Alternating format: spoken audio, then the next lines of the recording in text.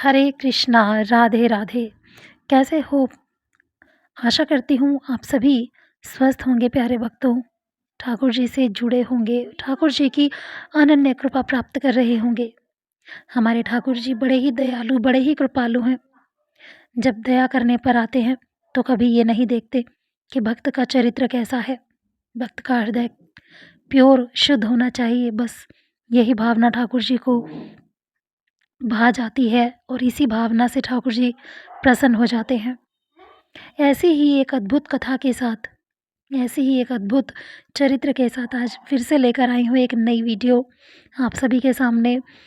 इस वीडियो में हम देखेंगे कि किस प्रकार ठाकुर जी एक पतित व्यक्ति को पावन कर देते हैं और किस तरह उन्हें स्वीकार करते हैं।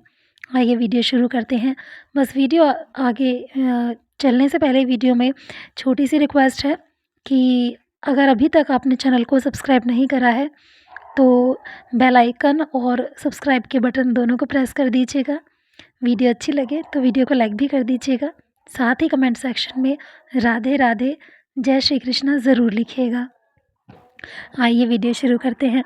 प्यारे भक्तों, ये कहानी है एक वैश्या की, जिसने पूरा जीवन अपना शरीर बेचकर ढेर सारा वैभव एकत्रित किया था।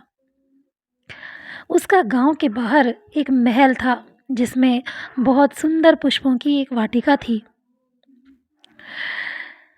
वैश्या अपने इस कर्म से जो धन एकत्रित करती थी, उसने कभी भी इस धन का कहीं उपयोग नहीं किया था।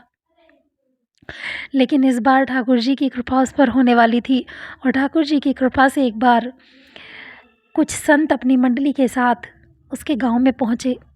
उन्होंने गांव के लोगों से पूछा कि कोई पवित्र स्थान हो तो बताइए, जहां हम रात्रि में आरती पूजा करके ठाकुर जी को भोग लगाएं और अपने ठाकुर जी को विश्राम कराएं।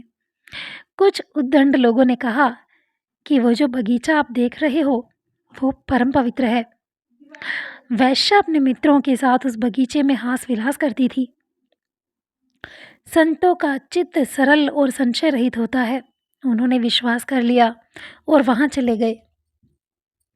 संतों ने बगीचे में जल छिड़का, सफाई की और ठाकुर जी को विराजमान किया।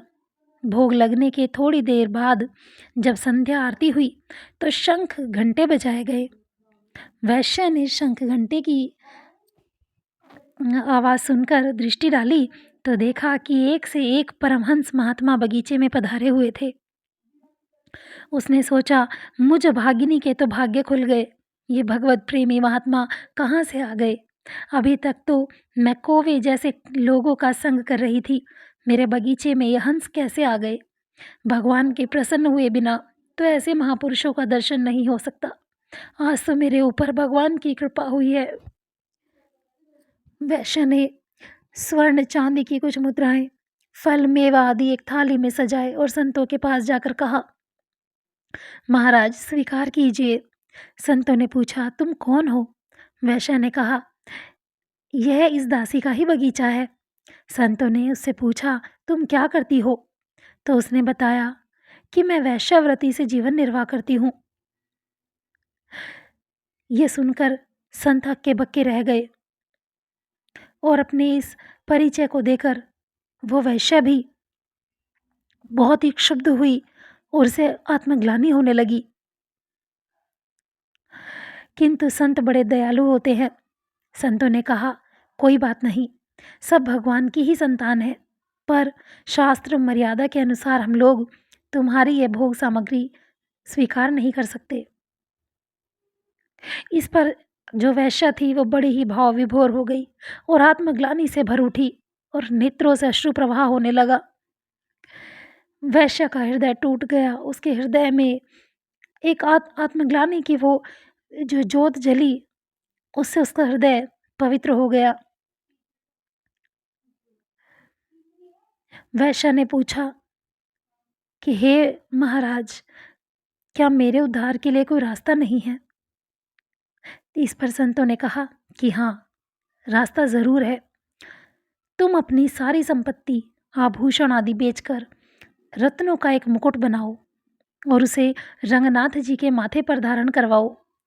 प्यारे भक्तों, रंगनाथ जी का जो मंदिर है वो दक्षिण भारत में त्रिचिरापल्ली नामक स्थान पर है और ये घटना वहीं की है।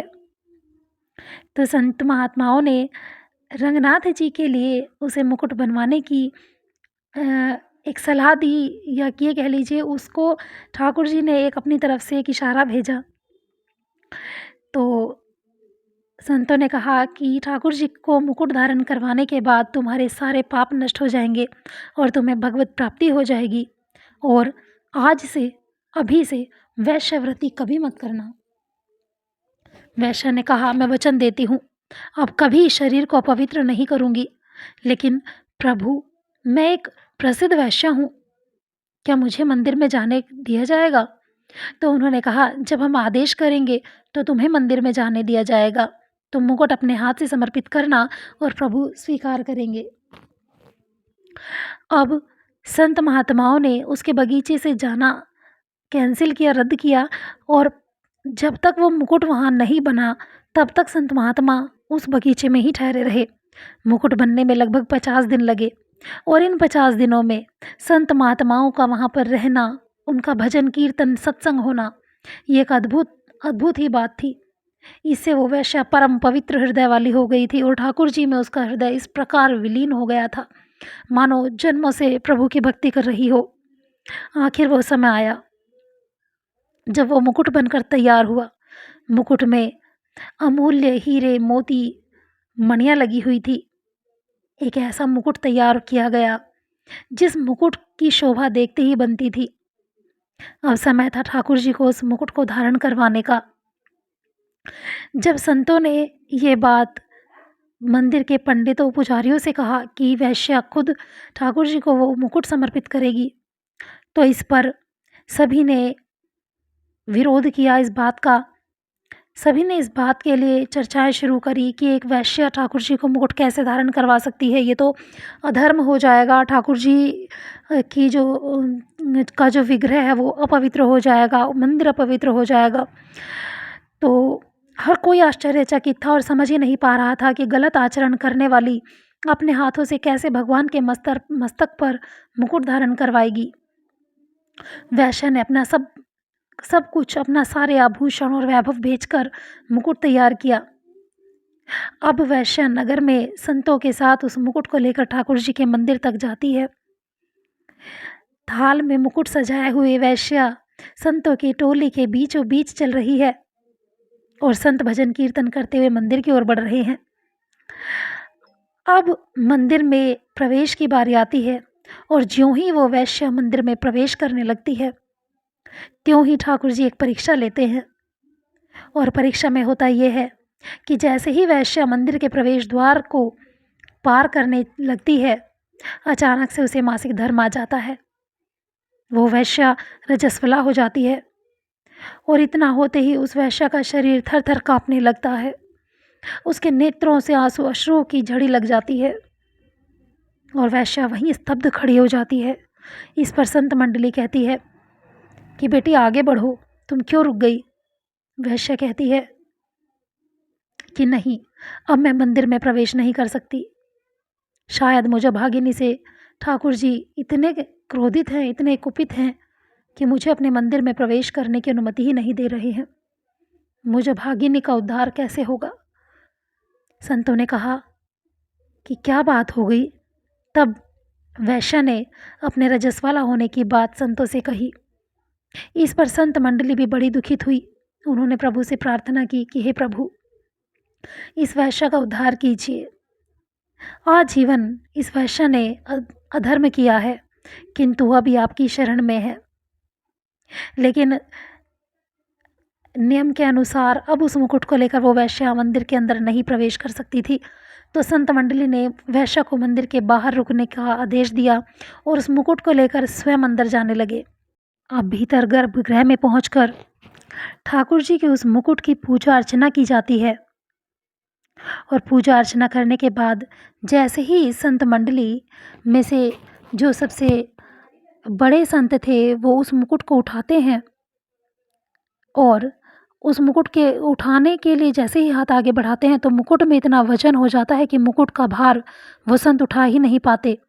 मुकुट भारी हो जाता है और मुकुट नहीं उठता। कितने ही प्रयास करने के बाद भी वो मुकुट कोई नहीं उठा पाया। अंततः वो संत ठाकुर जी की ओर निहारते हैं तो क्या देखते हैं कि ठाकुर जी के नेत्रों से अश्रु प्रवाह हो रहा है। ठाकुर जी के नेत्र सजल है। बस संत को समझते देर न लगी और संत ने ठाकुर जी से आदेश की प्रार्थना की तो ठाकुर जी के श्री विग्रह से आवाज आई। अब जैसे ही मंदिर में संत अंदर गए, ठाकुर जी के गर्भगृह में ठाकुर जी को वैश्य के मुकुट पहनाने लगे। जाइए वैसे ही जैसे वैश्य को बुलाकर लाइए, भीतर ले उठाया। देखे प्यारे भक्तों, बाहर से संत उठा कर ला रहे हैं, भागी भागी बाहर मंदिर के प्रवेश द्वार के पास पहुंची। किंतु जैसे ही पहनाने के लिए उस मुकुट को आते हैं, पूजा अर्चना करने के बाद ही संत वो उठाते हैं, वैसे ही उस मुकुट में इतना भार हो जाता है कि वो भार ऐसा हो जाता है संतों द्वारा उठाया ही नहीं जाता हो। और बड़ी ही आसानी से वो वैश्य ठाकुर जी से संत को लेकर जैसे आगे बढ़ती है। ठाकुर जी के श्री विग्रह भारी होने का जो सिर था, हमें संकेत समझ नहीं आ रहा, लेते हैं और बड़े ही प्रेम संकेत दीजिए धारण करते हैं। जैसे ही संत ठाकुर जी की ओर निहारते हैं, देखते हैं कि रंगनाथ धारण करवाने के बाद से अश्रुधारा बह रही है। इतनी भाव विभोर जी की मगन हो जाती है, सजल हो रही है। तक मूर्छा इस पर उनमें पहुंचे हुए एक संत थे, उन्होंने मंदिर के पट बंद करवाए। ठाकुर जी मूर्छा खुलने के गर्भगृह में एकांत में ठाकुर जी से प्रार्थना की। वैराग्य ठाकुर जी बताइए हो जाती है, ऐसी परम वैष्णव हो जाती है। तो ठाकुर जी के श्री विग्रह से आवाज आई, उसे हो जाती है, ये प्यारे भक्तों, मैं केवल अपनी उस भक्त वैश्य के हाथों से ही धारण करूंगा की जिसका हृदय पवित्र था, उसे भीतर लेकर आइए। कहते हैं कर तुम कर तुम और बड़ी तेजी से वैश्य के पास पहुंचे और वैश्य को सारी बात बताई। आपकी एक एक सेवा भगवत प्राप्ति में समर्थ है यदि आप विश्वास कर लें। जो वैश्य संसार के भोगों में लिप्त थी, उसने बस एक महात्मा की बात मान ली तो उसे भगवत प्राप्ति हो गई। बड़े भाग मानुष तनु पावा, सुर दुर्लभ सब ग्रंथ ही गावा। बड़े भाग से ये मनुष्य का शरीर मिला है। सब ग्रंथों में यही कहा गया है, यह शरीर देवताओं के लिए भी दुर्लभ है। देवताओं के पास ऐसे वैभव हैं जिसे देख के हम मूर्छित हो जाएंगे। आप इसी जन्म में दिव्य भगवद आनंद प्राप्त कर सकते हैं जो देवता प्राप्त नहीं कर सकते। यह दुर्भाग्य है कि हम अभी तक भोगों में ही फंसे हुए हैं।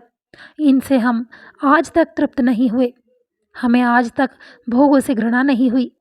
अब शास्त्र, धाम, नाम और प्रभु की कृपा की महिमा पर विश्वास कर लें कि हमें अपनी साधना से नहीं बल्कि कृपा से प्रभु की प्राप्ति होगी। लोहा स्वयं कभी सोना नहीं बन सकता, ये तो पारस मणि का चमत्कार है। उसी तरह हम भी कभी प्रभु को प्राप्त नहीं कर सकते। ये तो गुरु, आचार्य और इष्ट देव की कृपा है जो हमें प्रभु से मिलने का पात्र बना देती है। बोलिए राधे राधे। तो प्यारे भक्तों, अगर आपको वीडियो अच्छी लगी हो, ये कहानी, ये ठाकुर जी की लीला अच्छी लगी हो तो वीडियो को लाइक कर दीजिएगा। कमेंट सेक्शन में ज़रूर बताइएगा कि कहीं मुझसे इस वीडियो का, इस कहानी का कोई भाग छूटा तो नहीं है।